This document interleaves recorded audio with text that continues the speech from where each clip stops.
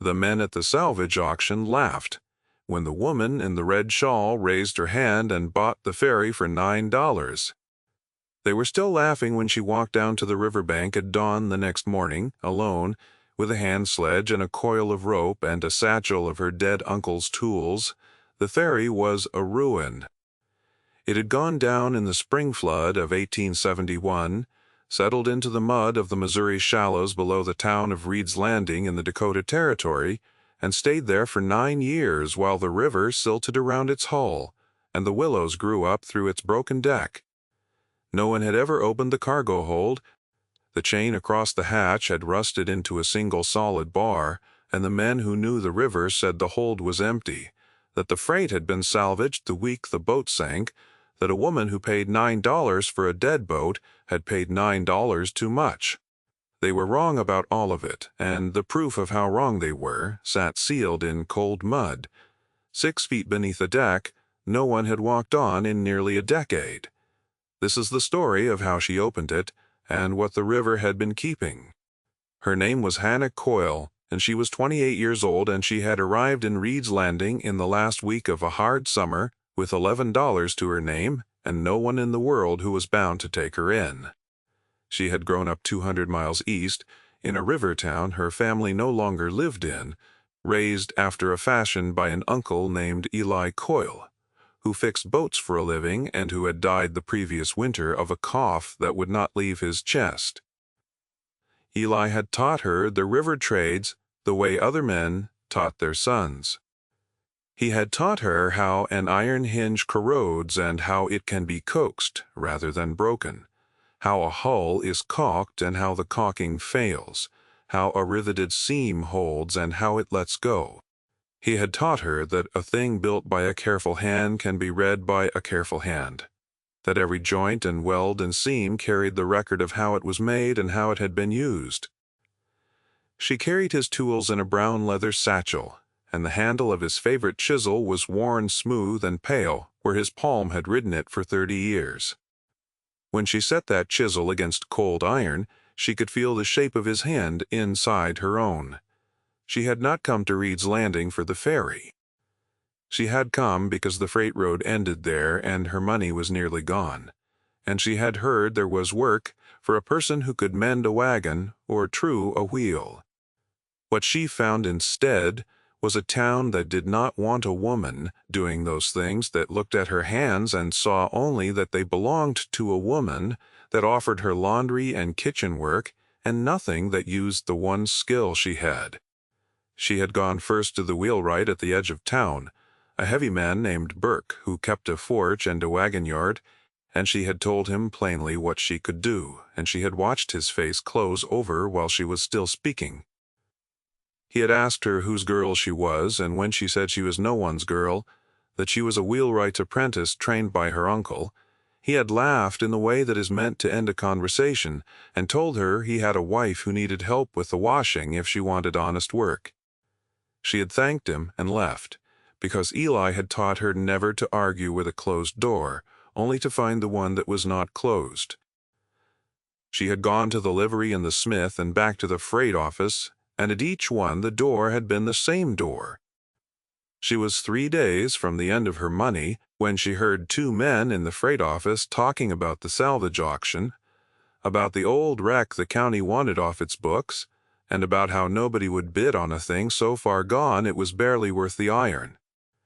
The auction was held on the porch of the land office on a Tuesday morning, and there were perhaps a dozen men there and no other women, and the auctioneer read off the lot with a grin already on his face. A river, ferry, hull and fittings, sunk and abandoned, sold as it lay where it lay, the county taking no responsibility for raising it. He asked for an opening bid almost as a joke. A man near the rail offered $1 to laughter, and another called out that he would give $2 if the first man had to raise it himself, and the porch enjoyed that the way men enjoy a thing that cost them nothing. Hannah stood at the back in her cream dress and her red shawl, and she waited until the laughter had spent itself, and then she raised her hand and said $9 in a voice that did not shake, and the porch went quiet, and then the laughter came back twice as loud.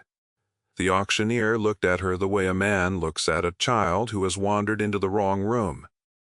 He leaned over the rail and asked her kindly, the way a man is kind when he is about to be cruel, whether she understood she was buying a hole in the river. She said she understood. He asked whether she had $9 on her person, because the county would not hold the lot on a promise, and she came forward through the men who parted to let her pass, and counted it out onto the rail in coins, $9 of the 11 she owned in the world, and the counting of it in the quiet was the only sound on the porch. He sold it to her because no one else would give him even that, and as she folded her receipt, a man by the door called out that she had just bought herself the most expensive bathtub in the territory, and the porch laughed again, and Hannah folded the receipt into her satchel and walked out into the street without a word. She had $2 left, she had a sunken boat, and she had a reason, though she had told no one what it was. What the men on the porch did not know, what no one in Reed's Landing knew, was that Hannah had recognized the ferry's name the moment the auctioneer read the lot. The boat was the Adeline Marsh. And the Adeline Marsh was the boat her Uncle Eli had built. He had told her about it across many winters, the way a man tells the one story he is proud of. He had been a young man then, hired by a freight company out of Yankton to build a flat-bottomed river ferry strong enough to carry loaded wagons across the wide place in the Missouri above Reed's Landing. He had built her square and honest oak frames and iron fastenings, and he had built into her belly a cargo hold sealed tight enough to keep a wagon's load dry through any crossing. He had been proud of that hold, most of all of the way its hatch, seated against an iron lip he had forged himself, of the chain and the lock that secured it. He had finished the boat in the spring of 1866 and watched her launched and never seen her again, because the freight company that owned her failed within the year and sold her down the river to a new owner, and the new owner ran her another 5 years until the night she went down. Eli had heard. She sank. He had not known what was aboard her. What he had told Hannah more than once, and with a strange weight in his voice, was that he had never trusted the man who bought her. A freight agent named Sewell, who paid late and argued every bill, and once tried to cheat Eli out of the price of the boat itself. So, when the auctioneer read the name, Hannah did not hear a ruin. She heard her uncle's hand.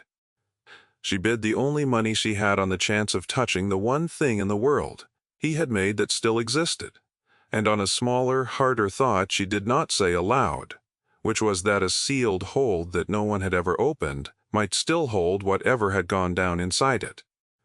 The morning after the auction, she walked the 2 miles downriver to where the wreck lay.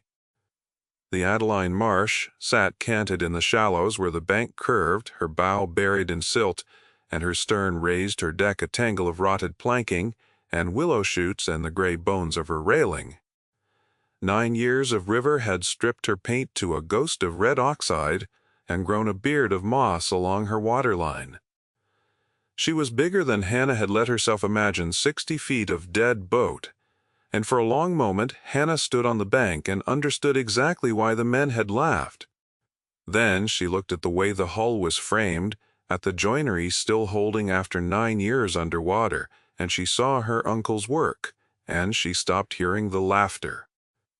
She waded out to the wreck in the cold morning water, and climbed onto the canted deck, and found the cargo hatch where Eli had told her it would be, amidships, a square of iron-bound oak set flush into the deck. The chain that crossed it had rusted into a single fused mass, the lock swallowed inside a knot of corrosion the size of a man's fist. The hatch itself had silted shut. Hannah knelt on the rotting deck with the river running cold around her knees and put her bare hand flat against the iron lip her uncle had forged, and she felt the cold of it come up through her palm, and she made herself a promise that she said out loud to no one but the boat. She would open it the way he had taught her. Not by breaking it, by reading it.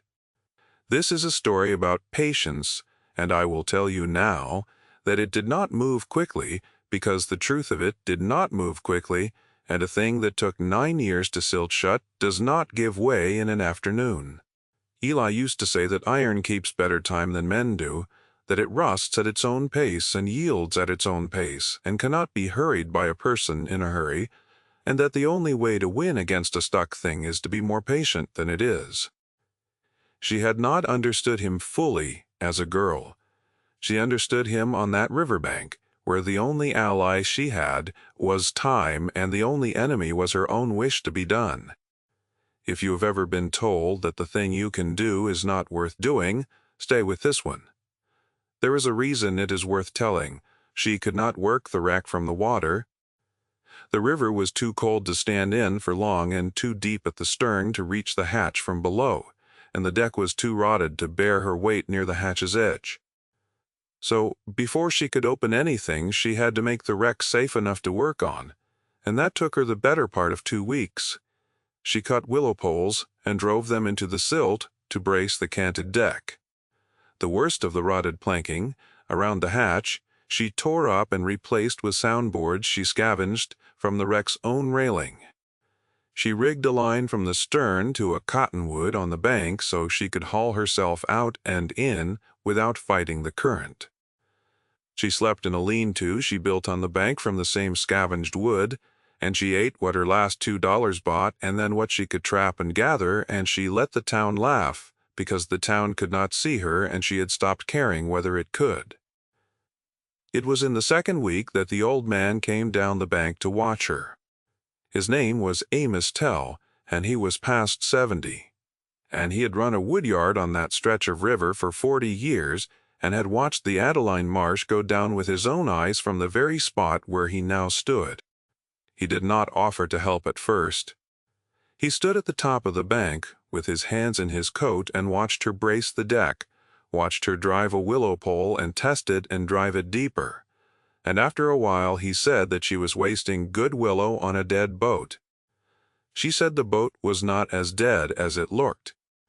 He came down a few steps and watched her lay a scavenged board across the rotted planking and set her weight on it to test whether it would hold, and he asked her what she thought she would find in a hold that had been empty since the night it sank.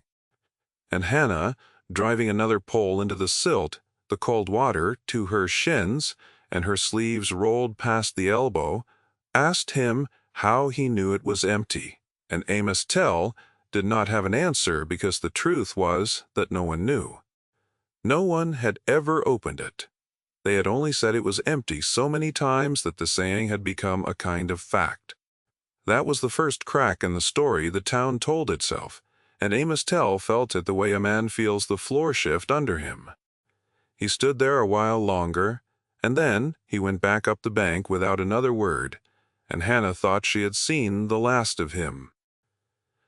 She came back the next day with a second sledge laid across the top of the bank and a coil of better rope beside it, both left there before she arrived, and Amos following an hour behind to claim he had only brought them down to be rid of them. He did not say he had come to help, but he stayed, and he worked, and his old hands were slower than hers, but they knew the river, and by the end of that day they were calling each other by their names. He told her things about the night the boat sank that no one else remembered or would say. He told her the river had been high and ugly that spring, brown with the melt and running over its banks, and that the Adeline Marsh had gone down fast, in the dark with her owner aboard and her crew of 2, and that all 3 men had reached the bank alive.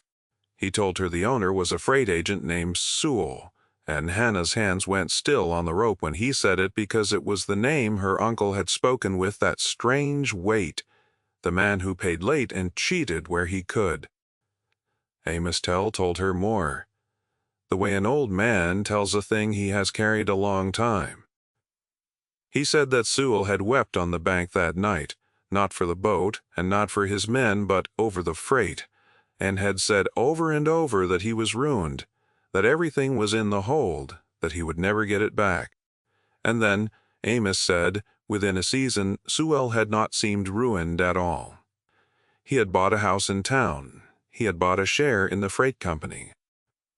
He had carried himself like a man who had come into money, And when people asked how a man who lost everything in the river had come up so quickly, Sewell said he had been insured, and no one had any way to say otherwise. Amos Tell had wondered about it for 9 years. He had never had a reason to wonder out loud until a woman in a red shawl bought the boat for $9 and started bracing its deck. What neither of them knew yet, what was still sealed in the dark of the hold beneath them, was the answer to a question Amos had been asking himself for almost a decade, which was how a ruined man gets rich off a boat at the bottom of a river. The hatch took her 11 days. I want to tell you about those 11 days because they are the heart of this and because they are the part the town never saw and never believed. The chain came first. She did not try to break it, because Eli had taught her that rusted iron under a hammer shatters in the wrong places and takes the good iron with it. Instead, she worked penetrating oil into the corrosion a drop at a time, morning and evening, for 3 days, kneeling on the deck in the early cold to let it seep down into the seam between the links where the rust had not yet gone solid. On the second day, a squall came up the river and drove her off the wreck for an afternoon, and she sat in her lean-to and watched the rain hammer the brown water and did not curse it, because the rain was carrying more water down into the chain than her oil could, and water was patience, and patience was the whole of the work. On the 4th day she set the worn chisel against the weakest link, the one where the rust had eaten deepest, and she struck it once, cleanly. In the place the metal wanted to give, the link parted.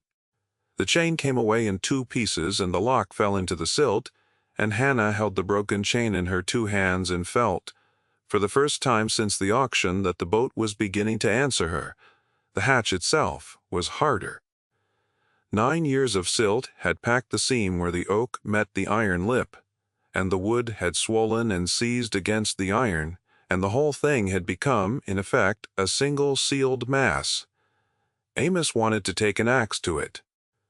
He said it plainly on the 6th day, when the seam had given them nothing, and his old back ached from bending over it, that they were 2 grown people on their knees, worshipping a stuck door, and that an axe would settle it in an hour. Hannah would not let him. She said that if there was anything inside worth finding, an axe through the hatch would be an axe through the thing they were trying to find, and that a thing you cannot see is a thing you must respect, until you can. So instead, she worked the seam. She made a thin iron pick from a rivet, and she ran it around the entire square of the hatch, scraping the packed silt out of the seam a ½ inch at a time, and it took her 2 full days to go all the way around, and her knuckles bled against the iron lip, and she wrapped them in strips torn from her own hem and went on. When she had done it, the hatch still would not lift. The wood had swollen against the lip. She soaked the seam with river water to swell it further, deliberately, past the point of seizing, and then she let the sun of 3 dry days shrink it back, and the wood pulled away from the iron a hair's breadth as it dried, and on the 11th day she set 2 pry bars under opposite corners, and Amos took one and she took the other. And she told him to bear down slow and even, and not to jerk it, and they bore down together, and the hatch came up out of its bed with a long groan of iron and a breath of air that had been sealed in the dark for 9 years. The cold came up out of the hold first. Cold and the smell of river mud and old tar and something else underneath. The smell of cloth and oil and dry goods kept dark a long time. Hannah lay flat on the deck and put her head down into the opening, and Amos brought the lantern, and the light went down into the hold of the Adeline marsh, and showed them what the river had been keeping. It was not empty. The hold was full. Crates stacked and lashed and silted but whole, the river having sealed rather than spoiled them, and bolts of cloth in oiled canvas and kegs, and a long row of wooden cases stamped with a freight company's mark, and in the center of it all, lashed upright against the forward bulkhead, where a careful man would put the thing he valued most, an iron strong-box the size of a steamer trunk. Hannah looked down into 9 years of preserved dark at a cargo hold that the whole town had sworn was empty, and she understood 3 things at once.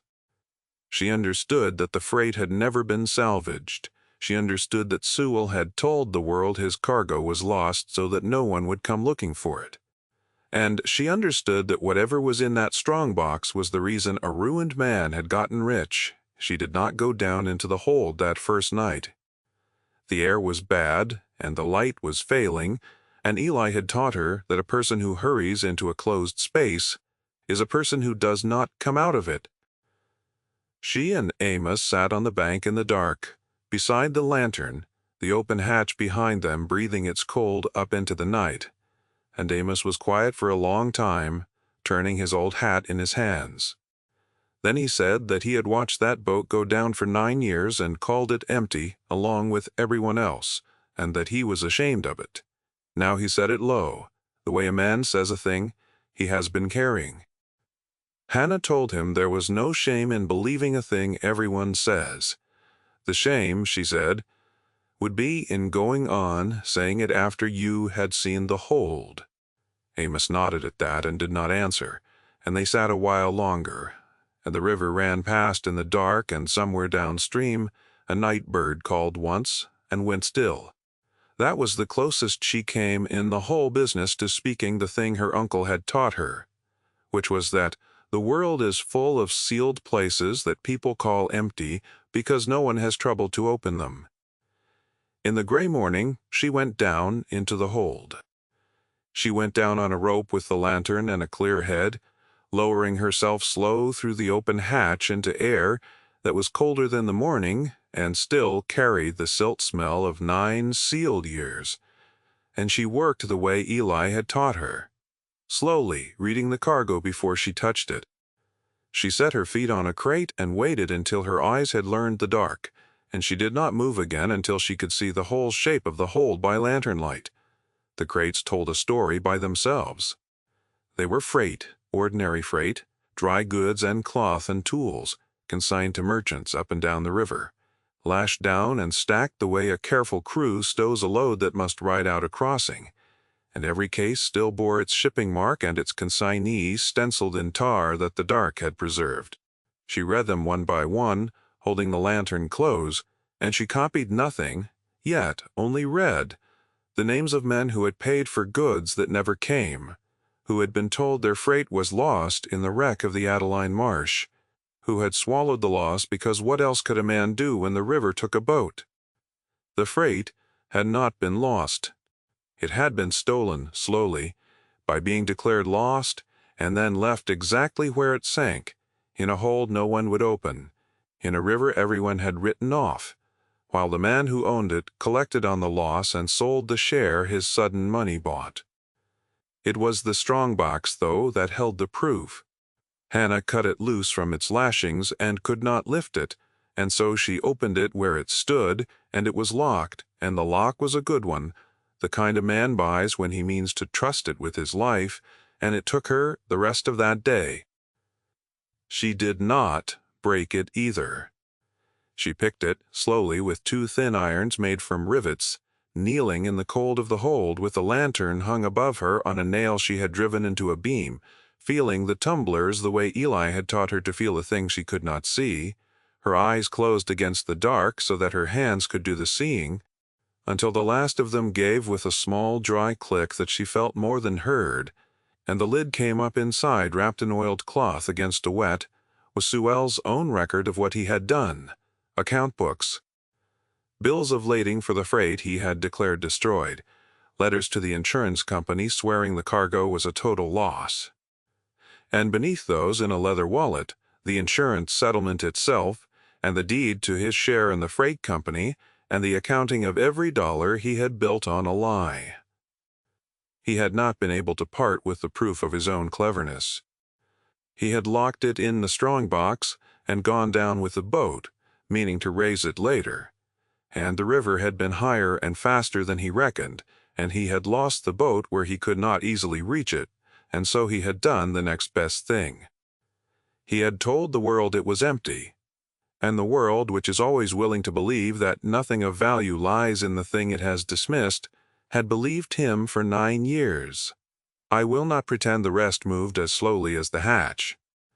Once the strongbox was open, The thing the town had built on a lie came apart faster than anyone could have stopped it. Hannah did not go to the sheriff, and she did not stand in the street and shout what she had found. And she did not go to Sewell's fine house to throw it in his face. She did what her uncle would have done. She read the record until she understood it completely, and then she copied out, in her own careful hand, the list of every merchant who had been told his freight was lost. There were 19 names. Some were still in Reed's Landing. Some had moved on up the river. One was dead, and his widow ran his store now. At the end of the main street, a woman named Clara Hines, who had nearly lost the store when the freight she had paid for never came, and the debt she had taken on to pay for it nearly broke her. Hannah went to Clara Hines first. She brought the bill of lading with Clara's dead husband's name on it, the freight he had ordered and paid for, and been told was lost, and she laid it on the counter of the store and told Clara plainly where it was. It was in the hold of the Adeline Marsh, she said, dry and whole, and it had been there for 9 years, and it had never been lost at all. Clara Hines was a spare gray woman who had buried a husband and kept a failing store by the force of her own arithmetic, and she read the paper slowly, twice, her finger moving under her dead husband's name, as if she did not trust her eyes to have found it. Then she put her hand flat on the counter to steady herself, and did not say anything for a long moment. When she spoke at last, she asked who else knew. Hannah said that soon everyone would. Clara asked her, in a voice gone careful and low, what she wanted for bringing this. Hannah said she wanted nothing, that the freight was Clara's and had always been Clara's, and that all she had done was open a door. Clara Hines looked at her for a long time. After that, the way a person looks at something they had given up believing in, and then she came around the counter and took both of Hannah's hands in her own and held them, and neither woman said anything more because there was nothing more that needed saying. It went out from there, the way water goes out across flat ground, finding every low place at once. Hannah and Amos brought the freight up out of the hold over the following 2 weeks, crate by crate, hauling each one up on the rope through the open hatch and laying it out on the bank in the autumn sun, and the consignees came down to the river to claim what was theirs. Each man and woman matching the mark on a crate to the bill of lading Hannah had copied out, each one taking back goods they had paid for and grieved over and learned to do without. The cloth was still good under its oiled canvas. The tools were still bright under their grease. The dry goods had kept in the seal dark better than anyone had a right to expect. And as the freight came up, so did the story, because a man cannot watch his neighbor reclaim a crate that was supposed to be at the bottom of the river without asking how it came to be a lie, that it was lost, and the answer to that question was written in Sewell's own hand in the account books Hannah had brought up from the strongbox. Sewell did not come down to the river. I told you at the start that this is not a story that ends with a confrontation, and it does not. By the time the account books had been read by enough people, by the merchants he had robbed and the freight company he had bought his way into, and the men who had once been glad to laugh on the land office porch, Sewell was a man with nothing left to stand on. The freight company put him out. The settlement he had taken from the insurance company became a debt he owed back, and the men who had been his partners wanted no part of the explaining. He sold his fine house within the month and was gone from Reed's Landing before the first hard frost, and the town did not chase him because there was nothing left of him worth chasing. He simply stopped being a man who mattered. The river had kept the proof of what he was for 9 years, and the proof did the work that no accusation could have done, and the man who had built himself on a sealed hold full of stolen freight dissolved as quietly as silt washing off an iron lip. Clara Hines got her freight, and with it the margin that kept her store open another 20 years. The 19 consignees, or those who could be found, got back what was theirs, and those who could not be found had their share set aside by a committee the town formed, which was the first thing the town had ever organized around the woman in the red shawl rather than against her. And Hannah Coyle, who had paid $9 for a hole in the river, did not get rich. There were those who said she should have. There was salvage value in the boat and finder's value in the recovered freight, and she could have pressed a claim on a portion of it, and no one would have faulted her. She took the iron fittings off the Adeline Marsh, the hinges and the rivets and the lock plates her uncle had forged, and she took the worn chisel that had opened the chain, and she let the rest go back to the people it had been stolen from. She had not come to the river for money, she had come for her uncle's hand, and she had found it in every honest joint of a boat that had outlasted the lie told about it. Amos Tell asked her once near the end why she had not kept more for herself. They were sitting on the bank in the last of an autumn afternoon, the empty hold of the Adeline Marsh open to the sky behind them, the freight all carried away. Hannah was cleaning the river silt out of Eli's chisel with an oiled rag, working it into the worn place where his palm had ridden the handle for 30 years. She said that her uncle had built the boat honest, and that the boat had kept faith with him for 9 years at the bottom of a river, and that the least she could do was keep faith back. She said a thing he had built had turned out to be the most honest object in the whole county, more honest than the men who had laughed at her, more honest than the account books of a man who lied for a living. She said she would rather have the chisel that opened it than all the money it had held. The men who had laughed on the land office porch did not, most of them, ever apologize, because men of that kind rarely do. They did, however, stop laughing. The auctioneer, who had asked her if she understood she was buying a hole in the river, took to tipping his hat to her on the street, and the man who had called her boat the most expensive bathtub in the territory found reasons not to be where she was. The town did not throw her a celebration. It did something quieter and more lasting, which was to start bringing her work, the wagon to mend, and the wheel to true, and the seized hinge to free. The work she had come to Reed's Landing to do, and been refused, until she had more of it than she could take, and had to turn some away. She had opened a sealed hold with her uncle's tools and her own patience, and in doing it she had pried open the thing the town had said about her, which was just another sealed place that everyone had agreed to call empty. She stayed in Reed's Landing the rest of her life. She married no one and answered to no one, and ran a shop on the riverbank where the freight road ended, mending the things the town brought her, and over the years the shop filled with the iron she had taken off the Adeline Marsh, the hinges and the lock plates and the rivets, fixed to the walls and the bench, working iron put back to work. The wheelwright Burke, who had once offered her his wife's washing, sent his own broken axle down to her shop within the year, because there was no one in the county who trewed a wheel the way she did, and she mended it and charged him fair and said nothing about the washing. Because Eli had taught her that the best answer to a closed door is to become the door a man must come to. Children who were not yet born when she bought the boat grew up knowing her as the woman who had opened the river's strong box, though by the time they were old enough to ask about it, the story had worn smooth and lost most of its edges, the way a thing told often does. Amos Tell worked beside her until he was too old to work, and then he sat by her bench in the warm part of the day and watched her hands the way he had watched them that first week on the wreck, and he said once that he had spent 40 years on that river and learned more about it from a woman in a red shawl than from all the rest of it put together. The chisel outlasted them both.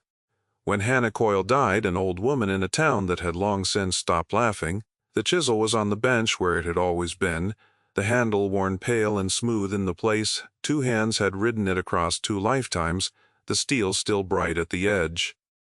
Someone had asked her, late in her life, whether she had ever regretted spending her last $9 on a boat at the bottom of a river.